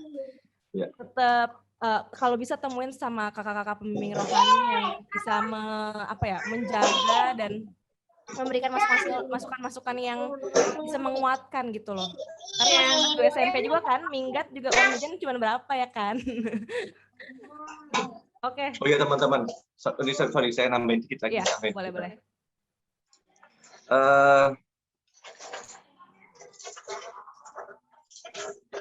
Sikap kita itu sangat menentukan. Respon kita sangat menentukan. Kalau seandainya orang tua kita tuh sudah, ini contohnya tadi yang suka bentak-bentak dan sebagainya, ya, jangan terus kita itu malah lari terus gebrak pintu dan sebagainya. Ini perlu makanya teman-teman punya hubungan yang kuat sama Tuhan dan firman-Nya. Itu akan menolong. Obat itu tidak akan berfungsi ketika kita itu sehat. Juga ya. Betul ya? Makanan itu kan tidak akan berfungsi, tampak tidak berfungsi ketika kita sehat, betul ya? Betul. Tapi ketika kita dalam kondisi yang lemah, coba kita nggak makan. Lebih parah nggak kondisi kita? Ya, makin parah malah akan koma, bisa meninggal. Tapi firman Tuhan itu kelihatannya memang tidak bermanfaat, tampak tidak bermanfaat. Tapi ketika kita menghadapi situasi-situasi yang pelik dan sulit, firman Tuhan akan menolong, membuat kita bisa bijaksana bersikap dalam situasi tertentu. Itu kerennya. Intinya sih kembali lagi ke firman Tuhan ya. Itu emang klise kelihatannya. Klise Ya udah, banget nih, klise banget. Tapi kita seringkali gagal dalam hal ini. betul. Jadi kalau kalian tanya ke Mari, jangan pernah berharap dapat jawaban yang apa sih yang manjur selain baca firman sama doa. Nah, jangan ya. Datang ke sini pengen dapat jawaban lain karena pasti baliknya ke situ lagi. Itu adalah poin. Ya, karena kita seringkali terjebak dengan metode. Padahal tapi kita melewatkan dua obat yang paling manjur, yaitu firman Tuhan dan hubungan sama Tuhan. Yes, true, benar-benar. Soalnya itu paten Paul ya. Paten Paul. Ada kita direct message nih. Apa tadi ada yang mau nanggepin Kak Deborah? Boleh? Boleh? Ya, Siapapun orangnya. Esra ya, Esra. Pengen ngomong. Boleh Esra. Welcome buat yang buat kesempatan. Esra katanya boleh nanggepin Kak Deborah tadi nggak? Oh ya, silakan. Mana Esra? Ya. Tadi silakan, saya silakan. sempat dengar kata Kak Deborah itu kalau ada anak youth-nya yang dilarang sama papanya untuk ke gereja. Nah, kasusnya itu persis banget sama kasus yang aku alamin tuh, Kak. Nah, Kakak bilang kan kita harus nurutin apa. Nah, saya udah coba nurutin. Nah, kita turun. Papa saya ini jadi kayak nyaman di zonanya. Jadi dia kayak ya udah, dia malah senang gitu. Namun di satu hal kita itu di gereja namanya di ini ya Kak, kayak di gereja kecil kan pelayan pelayannya itu sedikit. Nah, sedikit tuh. Jadi kita tuh diminta tolong untuk bantu pelayanan. Nah, tadi Kakak Debu kan bilang ngikutin orang tua. Kalau maunya apa gitu. Nah, mau papa saya ini kan biar saya itu nggak ke gereja. Nah gitu. Tapi kalau saya nggak ke gereja terus menerus dia senang. Tapi saya jadi kayak nggak bisa bantu pelayanan di gereja. Jadi gimana tuh Kak tanggapan Kak Debo, cara selain saya ngikutin kemauan orang tua saya, tapi nyaman sama gitu. Gimana nih? Orang tuanya nyaman katanya. Terlalu nyaman. Disuruh nggak ke gereja, bener nggak ke gereja, malah nyaman. Biar Koko dan Cici yang boleh bantu jawab aku. Sorry, ada beberapa hal saya kurang jelas. Mungkin bisa bantu diulang, mungkin Iren atau Feren? Iya, jadi tadi katanya, tadi kan sepertinya udah disuruh nih, papanya tuh nggak suka kalau dia ke gereja. Tapi dia udah turutin jangan ke gereja, malah papahnya tuh malah ya udah keenakan gitu. Ya udah emang kamu nggak usah ke gereja aja. Bukannya malah luluh hatinya, tapi malah ya udah malah bersyukur gitu anaknya ke gereja. Sedangkan dia berada di gereja kecil yang mengharuskan pelayanan setiap minggu rutin. Jadi dia juga rasanya pengen ke gereja, cuman papanya tuh ternyata malah bukan luluh tapi malah tetap nggak mengizinkan dia ke gereja gitu. Bener ya Esra?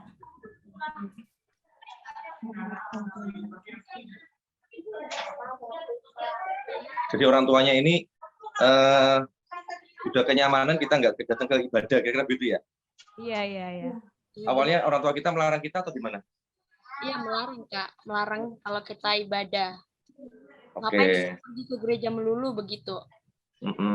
Akhirnya si Esra ini nurutin nggak ke gereja deh, nggak pelayanan. Nah, ngikutin dulu tuh kan, ngikutin dulu. Tapi lihat-lihat sih progresnya ya tetap gitu doang. Cuman jangan ke gereja gitu, bukan malah melulu kayak anak youth Kak Debo tadi, malah makin gitu, makin. Udah berapa lama Esra? Misalnya Esra nggak ke gereja udah berapa lama? Paling sih kalau ngikutin kayak gitu paling seminggu 2 minggu deh Kak. Iya. Pelayanan di gereja itu kalau nggak ada kita yang bantuin handle gitu kayak ngajar sekolah minggu, memang benar Iya, benar. itu. Kalau gereja kecil, kita memang banyak hal yang bisa kita kerjakan ya. Jadi butuh banget kehadiran kita kan. Nah, teman-teman, kadang aku bisa merasa seperti kayak gini ya. Kadang orang tua kita itu cuma emosi sesaat. Nggak usah ke gereja kayak gitu. Terus akhirnya kita taat kan, kita nggak ke gereja. Terus kita nggak datang ke gereja selama 1 minggu atau 2 minggu. Habis itu minggu ketiga kita ngelihat situasi kayaknya papa oke, terus tiba-tiba kita pergi ke gereja. Kadang orang tua kita pun udah kayak nggak ngelarang gitu loh. Oh ya udah terserah kayak gitu. Esa pernah nggak nyoba kayak gitu?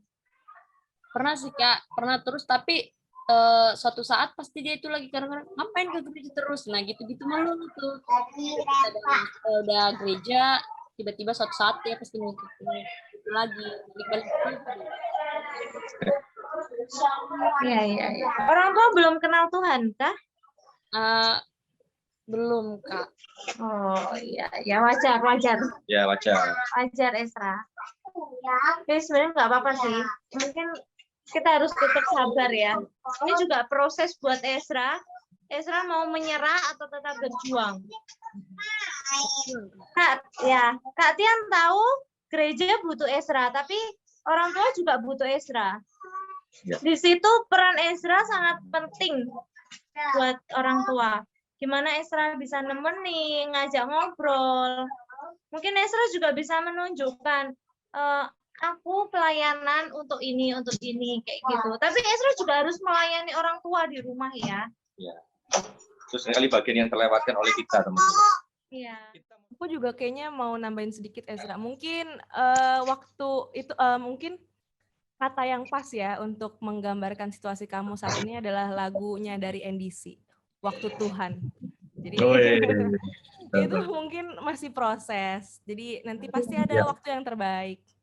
Sabar Kadang-kadang aja. memang kita maunya itu kan yang terjadi itu bukan maunya Tuhan ya, maunya kita. Iya, setuju banget. Dan kalau masalah nggak bisa ke gereja, nggak bisa pelayanan, apakah berarti Esra nggak ke gereja? Karena sekarang gereja udah online, jadi kayak nggak ada. Karena temen aku yang juga cerita masalah sama beberapa waktu lalu nggak boleh ke gereja, tapi karena beda aliran gitu, dia pengennya ke kayak GBI gitu. Terus gerejanya dia orang Manado kan, jadi masih kayak gemim-gemim gitu. Jadi Protestan, dia nggak kepengen nih ke gereja karena Protestan. Ya saran aku ya tetap kamu kalau nggak mau ke gereja karena kamu pengen ke GBI lah, jadi batu sandungan buat orang tuamu, mendingan GBI-nya online aja. Nah nanti kalau ke gemimnya bareng orang tua kayak gitu. Karena sekarang udah online semua. It's also blessing in disguise, ya nggak sih? Jadi nggak ada reason buat nggak ke gereja. Nggak boleh pelayanan ya udah nggak apa-apa. Pasti mengerti gereja kita nggak pelayanan dulu karena apa. Tapi tidak menghalangi kita untuk tetap beribadah karena ibadah sekarang bisa di mana aja, nggak harus di gereja ya. Oke, kita agak cepet aja nih karena udah mau jam 9. Aku langsung bacain pertanyaan yang lain. Aku punya temen dia selalu dibully di sekolah, dibully sama teman-temannya karena fisiknya, terus nilainya selalu jelek. Terus di rumah juga dibully sama orang tuanya. Jadi dia nggak ngerasa berguna. Nah ini gimana nih menghadapi seperti ini? Kasian sih ini. Kalau kataku nih kasian. Ya. Jadi dia ini mempunyai fisik yang istilahnya tuh kurang lah ya, secara fisik kurang gitu ya. Secara fisik kurang, terus sering jadikan bahan olok-olokan, dan di keluarganya juga sama. Ya. Keluarganya juga sama. Kalau saya memberikan saran kepada teman-teman yang sedang menghadapi hal seperti ini, ya bangun punya lingkungan komunitas yang sehat ya di gereja, di gereja atau harusnya di gereja ya. Jangan sampai di gereja justru dia akan bertemu dengan orang-orang yang seperti itu pula. Wah itu yang paling kasihan banget ya. Jangan sampai teman-teman akan bersikap seperti itu pada teman-teman seperti ini. Meskipun saya tahu sih ya, dimanapun tuh selalu ada orang-orang yang kayaknya tuh kalau bahasa Surabayanya ya teman-teman tuh namanya tuh ini mungkin agak kasar ya, tapi ini guyonan orang Jawa Timur ya. Itu keplakable, tahu keplakable ya? Keplakable. Jadi kayaknya kita kalau ketemu dia tuh kepingin gitu ya, kepingin gitu ya, bisa ngerasain ya. Nah, tapi jangan ya, kita tahu bahwa itu kan nggak sesuai dengan kadang-kadang saya sendiri pun tergoda. Apalagi kalau sikap dan tingkah lakunya tuh udah misalnya tuh secara fisik mungkin kurang, terus sikapnya juga menjengkelkan. Waduh, sempurna ini korban yang baik untuk dipersembahkan kira-kira gitu ya. jangan ya, jangan. Itu akan justru memperburuk keadaan dan itu akan membuat orang tersebut makin hancur, dan lebih parahnya lagi dia akan mengambil tindakan-tindakan yang mengerikan. Dan bagaimana tadi itu segera cari komunitas yang membuat engkau bisa mendukung perjalanan. Tapi ya kembali lagi, balik lagi. Yang paling penting cari Tuhan, ya. Cari Tuhan, teman-teman. Kalau cari Tuhan pasti aman deh, pasti dapat jawaban. Ya, kita percaya kita cari Tuhan, tapi mungkin di sini konteksnya karena teman kita melihat temannya gitu.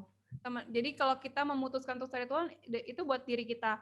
Tapi posisi ketika kita ngelihat nih, contohnya aku ngeliat Saren dalam keadaan terjebak dalam toxic family, toxic friendship, aku sebagai teman bisa ngapain ya? Misalnya kebetulan kamu agamanya bukan Kristen nih. Gitu. Kalau teman-teman gini, kalau kita tahu bahwa ada seseorang sedang di dalam kondisi yang buruk dan kita membiarkan, kita berdosa. Ya, contohnya apa? Apalagi contohnya kekerasan dalam rumah tangga.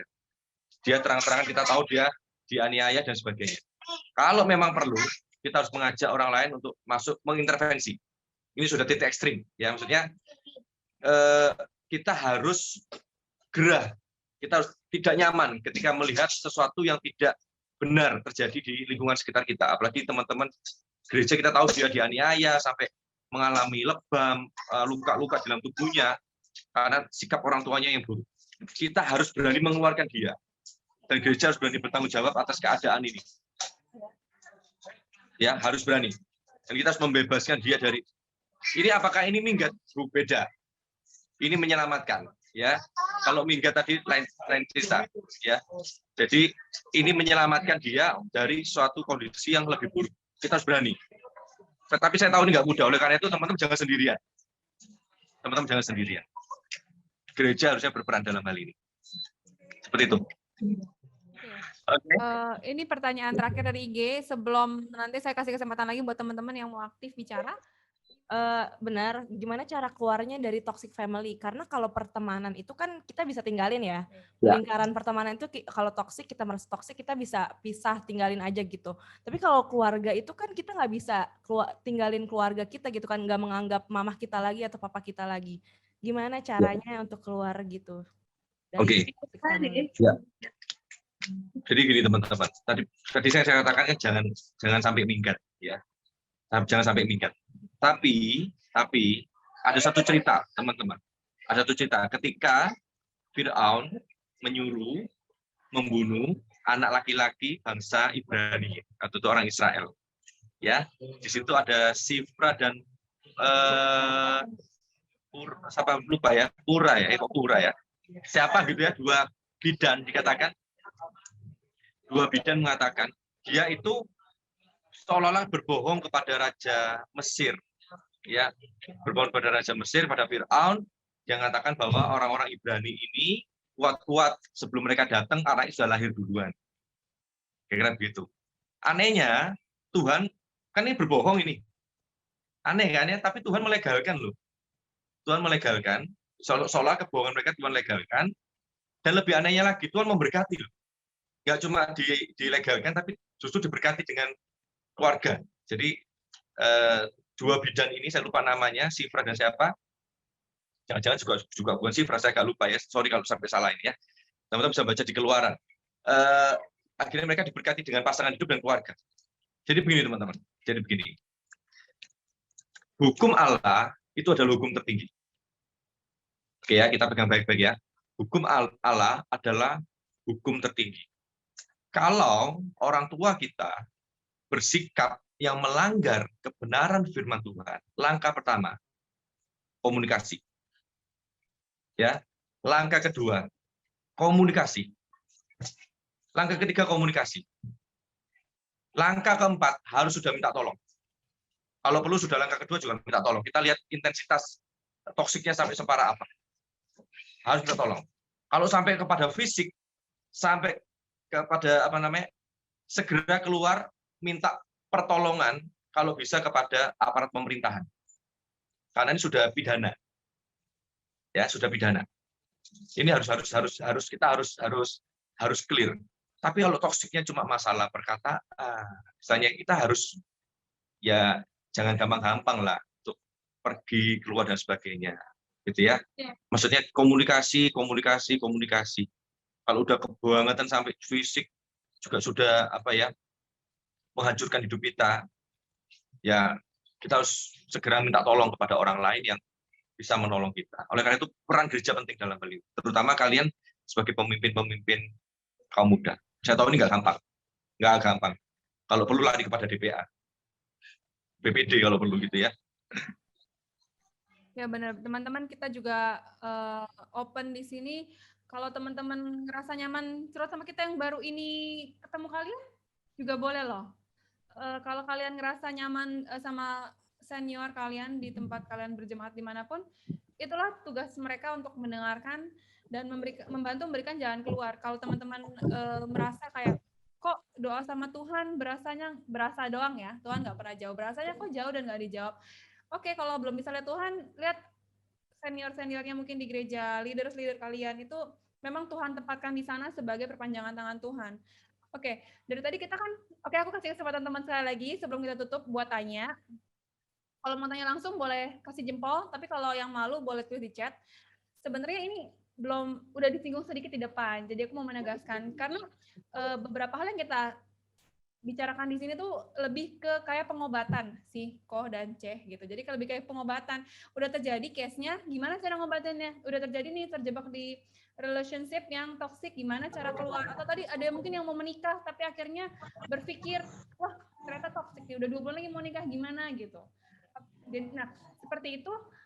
Kalau menurut aku dari yang disinggung Koko di awal tadi, sebenarnya toxic family itu nggak akan terjadi kalau kalian tidak memulai dahulu dengan toxic relationship gitu.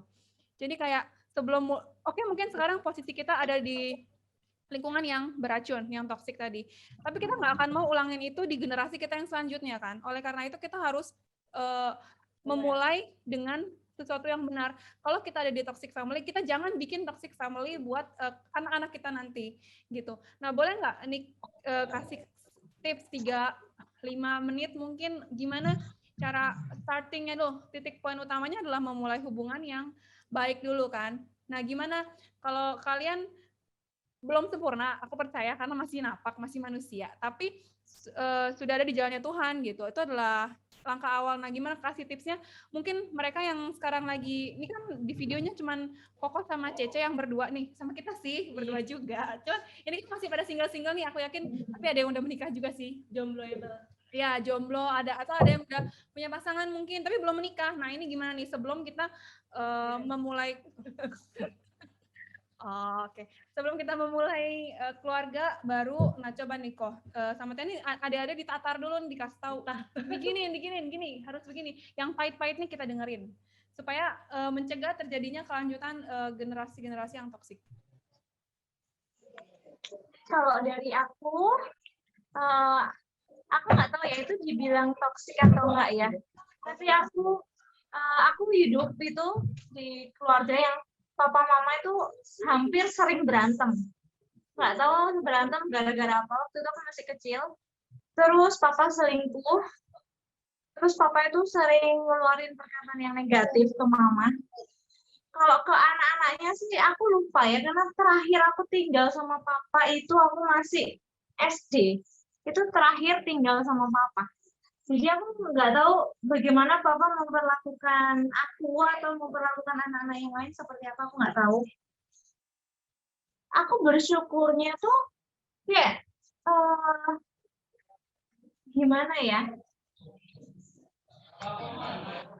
Semuanya sih bukan karena peran pribadiku sih, bukan karena aku sendiri yang keluar dari dari kehidupan yang toksik ini, tapi memang semuanya itu karena peran kasih karunia Tuhan. Jadi aku percaya teman-teman semua yang ada di sini yang join Zoom malam hari ini, kita boleh dengar, kita boleh sharing, itu semua karena kasih karunia Tuhan atas hidup kalian. Kalian dipilih, kalian dikasihi, dan kalian percaya Tuhan pasti memampukan kalian menghadapi semuanya ini. Sehingga sampai di titik kalian ketemu yang namanya juru selamat, kalian buka hati, kalian izinkan Tuhan untuk masuk ke dalam hidupku pribadi menjadi Tuhan dan juru selamat, dan kalian ambil keputusan untuk mengasihi Tuhan, untuk baca firman, untuk hidup di dalam Tuhan. Hidup kalian berubah. Kalian bisa mengampuni Papa, bisa mengasihi Papa, bisa mengasihi Mama, melayani Mama, dan bahkan kalian bisa melayani generasi. Kalian bisa melayani orang-orang yang di bawah generasi usianya di bawah kalian. Jadi kalian percaya kalau kita semua yang ada di tempat ini, Tuhan memampukan setiap kita. Jadi apapun kondisimu, keluargamu, pertemananmu, mungkin lebih penting di keluarga ya. Kalau di toksik di persahabatan atau di hubungan dengan pacar kita bisa melepaskan, tapi di keluarga kita nggak bisa melepaskan. Kalian percaya kamu dipilih sama Tuhan untuk jadi berkat juga buat adik-adik kita nih yang mungkin sekarang masih seusia anak kalian. Siapa yang melayani mereka? Ya kalian, anak-anak kalian yang melayani mereka. Jadi setiap kalian percaya kita dipilih oleh Tuhan untuk jadi berkat, untuk jadi kesaksian buat generasi-generasi di bawah kita. Kalau kita menang, tapi kalau kita menyerah, kita kalah, I don't know. Mungkin itu aja yang dari kalian. Oke, kalau untuk toxic yang relationship, pertama itu keterbukaan. Jadi yang paling penting itu keterbukaan, teman-teman. Ya, hiduplah dalam transparansi. Makin kita tuh transparan ya, hidup itu makin transparan, hidup kita akan makin aman. Lebih baik kita itu mendapatkan informasi yang banyak tentang pasangan kita dibanding kita tidak mendapatkan apa-apa. Karena mungkin lebih dari separuh hidup kita itu dalam pernikahan, mungkin ya. Kebanyakan itu hidup dalam pernikahan, justru karena mungkin rata-rata orang menikah di usia 25, 30, artinya meninggal di usia 70, 60 tahun, artinya lebih lama hidup dalam pernikahan dibandingkan hidup dalam single. Jadi ini penting banget, penting banget. Bahkan saya mengatakan lebih baik tidak dalam pernikahan. Paulus juga bilang begitu. Ya, lebih baik tidak dalam pernikahan. Nggak apa-apa orang nggak nikah, nggak ada yang salah dengan tidak menikah, meskipun seringkali jadi bahan bercandaan mungkin ya. Tapi kalau saya baca di Twitter jawabannya juga lucu-lucu gitu ya. Jadi tapi nggak apa-apa, nggak ada masalah dengan hal itu. Lebih baik begitu dibandingkan kita terburu-buru melangkah sampai mungkin terjadi perceraian dan justru kita akan merusak atau membawa hidup kita kepada suatu kondisi yang lebih menderita dibandingkan sebelumnya. Jadi keterbukaan itu penting. Jadi makin transparan itu akan makin baik. Ini teknis sudah ya. Jadi bicara tentang dekat sama Tuhan, baca firman udah itu sudah teman-teman lakukan. Tapi ini teknisnya keterbukaan. Kedua, banyaklah mendengarkan. Ya, banyaklah mendengarkan. Oke, banyaklah mendengarkan. Jadi lebih baik kita tahu daripada tidak tahu. Ya, daripada nanti ketika menikah baru ciluk-bah. Ada cerita pernikahan ini. Ini lucu banget ya. Sebenarnya dia tuh sudah sejak awal udah curiga kalau cowoknya ini nggak cowok gitu. Ternyata gay. Jadi menikah ternyata betulan gay. Jadi dia itu, ini maaf kata teman-teman ya, masih perawan ceweknya dan tapi janda, bercerai akhirnya. Kan ini ya apa ya, kondisi yang repot banget gitu ya, merepotkan sekali. Kenapa kok dia udah tahu pasangan yang toksik, yang aneh, kok diteruskan? Nah, ternyata sebabnya adalah karena dia ingin menghormati orang tuanya. Memang ini bukan cerita orang anak Tuhan sih. Cuma jangan sampai ini terjadi dalam hidup kita, teman-teman. Kalau kita tahu pasangan kita sudah nggak sesuai firman Tuhan, sudah jangan diteruskan. Ya. Bener Banyaklah ya, bener mendengarkan. ya, Bunda Maria. Ya, terus yang ketiga, bersikaplah tegas untuk dirimu, ya, bersikaplah tegas. Sekali waktu ada adik rohani saya tanya sama sini, kok aku dulu pacaran nggak sehat, aku kissing, aku sampai ratakan tanah bergelombang, gitu ya. Jamaah, ini lagunya Jamalah sekarang itu dilakukan ya dalam setiap kali pacaran. Oke, terus dia akhirnya bertobat. Aku ini pemain keyboard loh, Bu. Aku ini keluarga pendeta loh. Dia itu masih keluarga pendetanya. Dia itu keponakan dari gembala dan sebagainya. Aku mau bertobat. Terus akhirnya dia putus dari pacar itu, selesai. Kemudian singkat cerita pacaran lagi dengan seseorang. Sekarang kebalikannya, dia udah bertobat, pacarnya yang begitu. Kemudian dia tanya sama saya, oh ya apa ini kondisinya gini dan sebagainya, dan cerita. Saya ngomong sederhana. Kalau saya putus, mau koi apa nanti dia perasaan gini. Sudah, kamu bukan juru selamat. Juru selamat itu namanya Tuhan Yesus, bukan kamu. Ya, kalau saya putus. Wah, gimana? Ya terserah kamu. Kalau saya putus. Menyakitkan jawaban ini. Dia berpikir mungkin, oh tenang aja, berdoa. Enggak, sudah cukup doanya, cukup baca firman-Nya. Kali ini bersikaplah. Bertindaklah sesuai dengan firman Tuhan dan apa yang sudah kamu tahu dari Tuhan sendiri. Putus sudah ya, putus.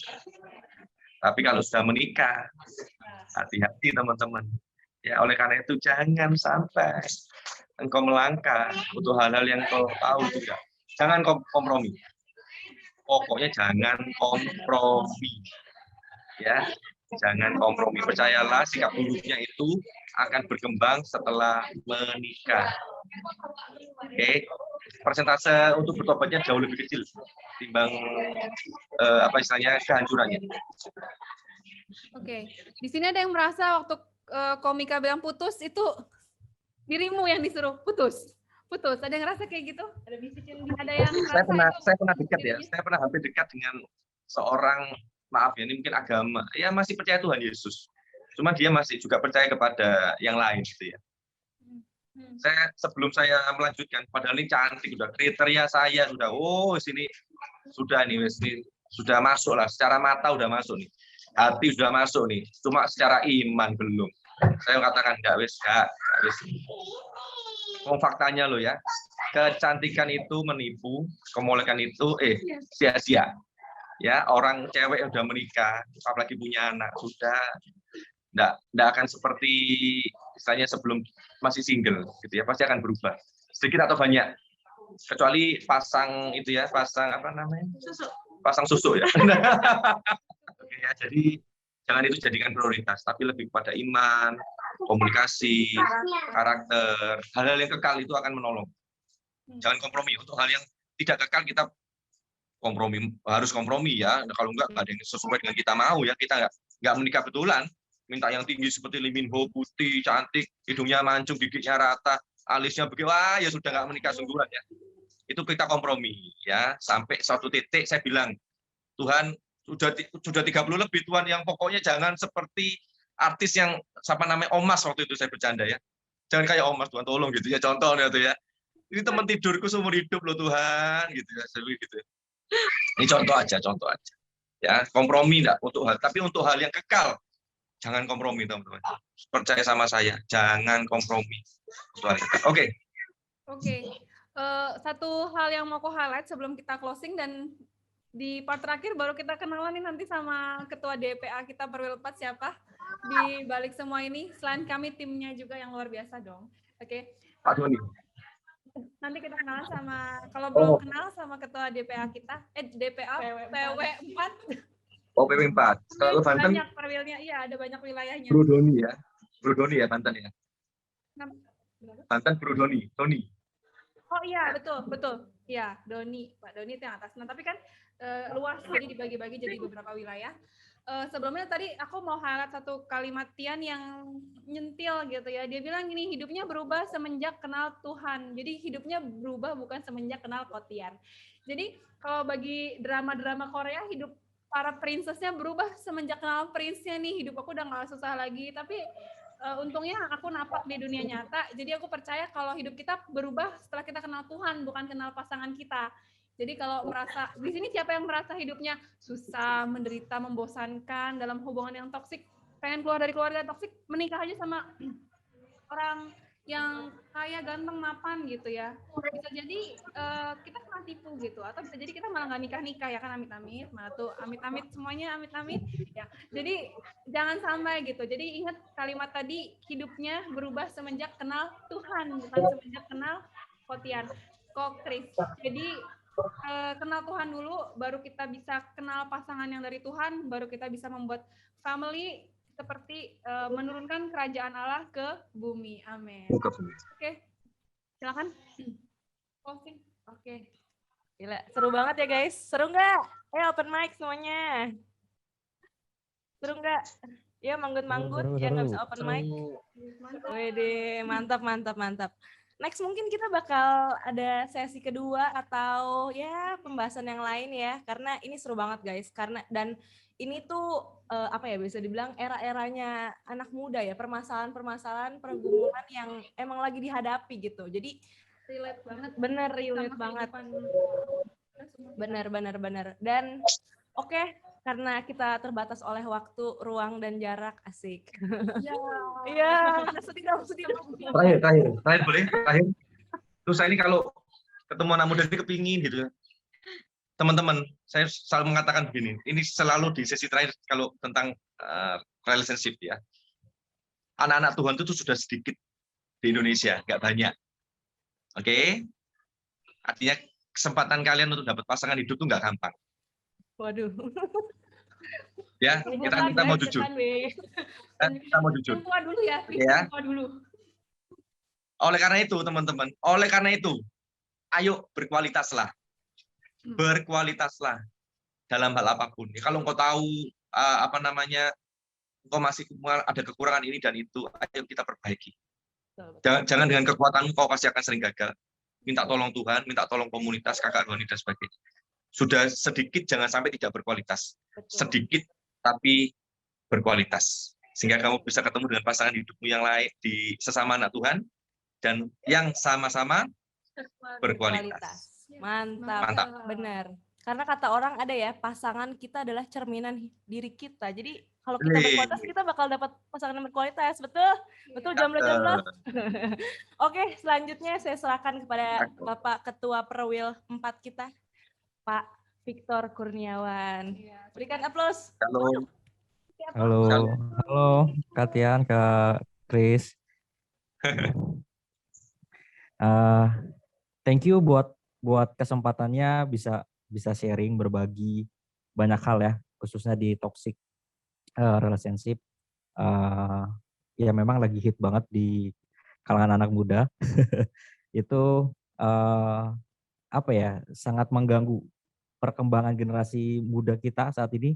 Ya makanya ini tugas kita sebagai anak-anak Tuhan yang sudah menang di situ untuk menyelamatkan mereka di kondisi itu ya.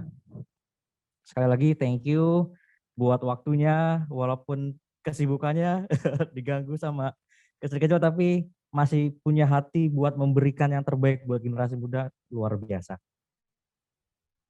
Oke, buat teman-teman thank you juga yang sudah join.